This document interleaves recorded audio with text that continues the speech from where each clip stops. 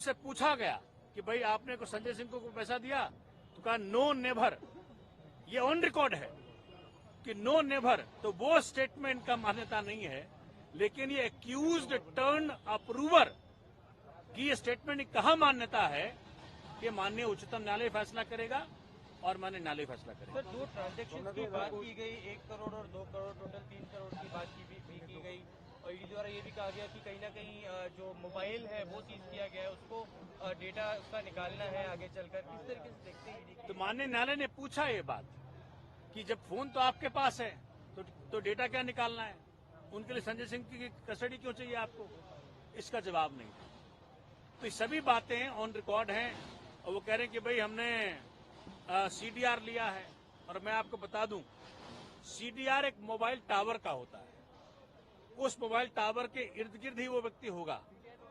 तो संजय सिंह के घर के बगल में मनोज ये तिवारी का भी घर है, तो क्या तिवारी से मिलने गया था वो आदमी? तो ये तो सीबीआई बताएगी, ईडी बताएगी। तो आज ईडी के पास किसी भी सवाल का जवाब नहीं था।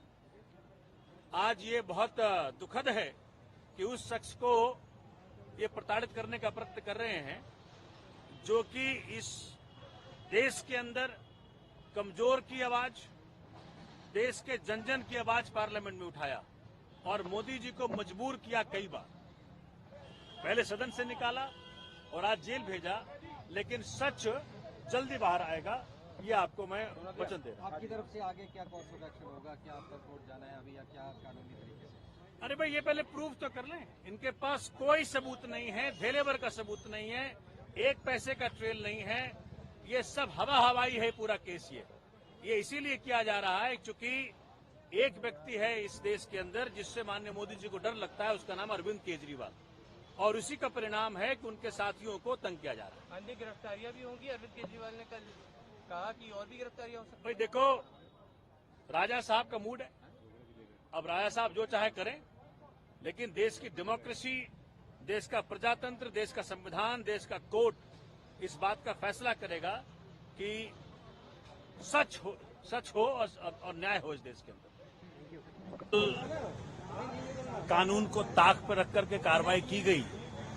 आज ये कोर्ट में बताया गया कि ड्यू प्रोसेस ऑफ लॉ को इन्होंने फॉलो नहीं किया। ना कोई नोटिस भेजा, ना कोई समन भेजा। एक बैग जाकर के किसी के घर में आप उसको अरेस्ट कर लेते हो। इस बात को आज कोर्ट में रखा गया और कोर्ट ने इसका संज्ञान भी लिया। बहुत दुर्भाग्य है कि इस प्रकार की हरकतें मोदी सरकार अपने राजनीतिक प्रतिद्वंदियों के खिलाफ ले रही है। हताशा की स्थिति है, निराशा की स्थिति है। ये दिनेश अरोड़ा का स्टेटमेंट कई बार हो चुका। एक भी बार, इनफैक्ट ये ऑन रिकॉर्ड है, आज संजय जी ने कोर्ट के अंदर भी ये बात कही कि कभी भी उनका नाम नहीं आया।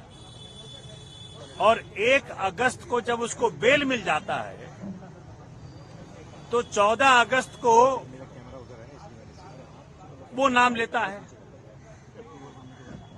जब वो अप्रूवर बन जाता है तो नाम लेता है। तो पहला जो कोई एक्यूज्ड है आपका, उसके स्टेटमेंट की कितनी महत्ता है, ये माननीय उच्चतम न्यायालय भी देख रहा है और माननीय न्यायालय ने भी आज देखा।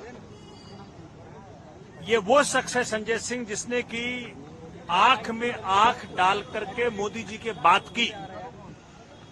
मणिपुर पे जब सवाल पूछा तो संजय सिंह ने पूछा। दिल्ली की जनता के हक को जब मारा गया तो संजय सिंह ने सवाल पूछा।